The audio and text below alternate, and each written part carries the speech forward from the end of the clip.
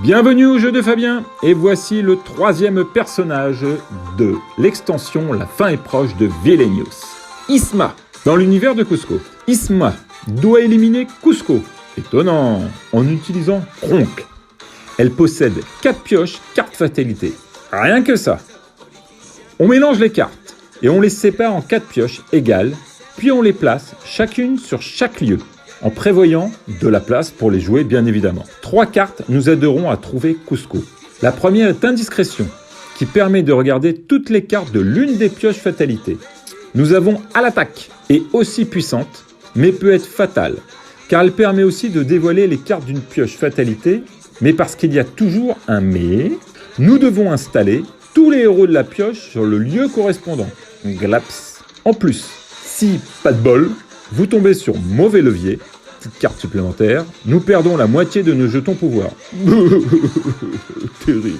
Je l'écraserai avec un marteau. Permet lui de dévoiler et de défausser 2 cartes fatalité de l'une des pioches, et ainsi de nous débarrasser de cartes gênantes, comme En fuite, qui permet de choisir un héros du royaume, puis de le mélanger avec toutes les pioches de cartes fatalité.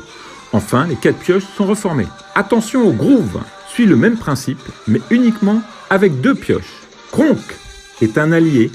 Son avantage, en dehors d'avoir une force de 6, il n'est pas éliminé après un combat contre un héros. Mais attention, à chaque fois qu'il est déplacé, on place un jeton pouvoir de la réserve sur lui. Au bout de 3, il devient un héros sans capacité. On le placera en haut du lieu où il était. Il garde les jetons sur lui. Attention, s'il perd tous ses jetons, il reste un héros. Sauf carte disant le contraire.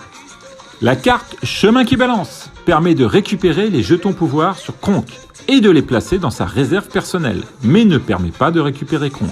Bras droit peut inverser la machine s'il est devenu un héros, car la carte permet de récupérer Kronk dans sa main. Ah, ça c'est cool.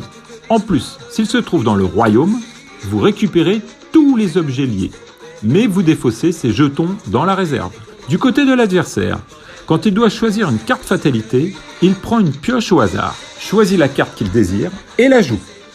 Puis, il remélange la pioche. Si aucune carte ne peut être jouée, elles sont remises dans la pioche. La carte jouée doit toujours être mise ou utilisée sur le lieu de la pioche. Il n'y a que l'adversaire qui peut voir les cartes. Elles ne sont bien sûr pas dévoilées. On attendra que toutes les pioches soient vides avant de mélanger les cartes défaussées. Nous avons que 2 alliés Kronk, bien sûr, mais aussi les gardes impériaux, en plusieurs fois. Ils n'ont aucun pouvoir, mais ont 3 de force. On peut constater que chaque univers des personnages est différent. Si avec Ratigan, il y a beaucoup d'objets, chez Isma, c'est les événements qui vont faire le jeu. Fini le travail permet de déplacer un allié vers n'importe quel lieu où se trouve au moins un héros.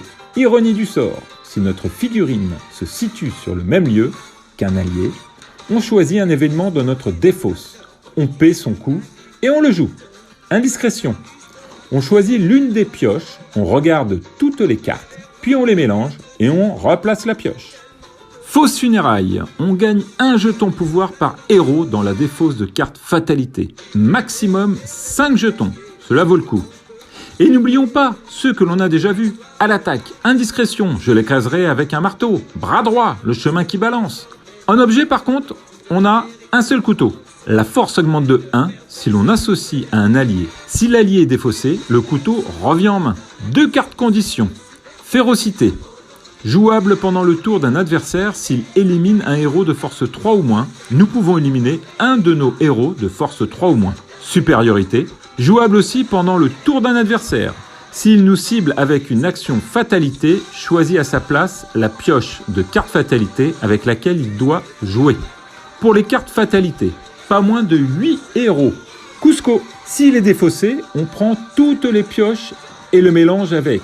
Puis nous reformons 4 pioches.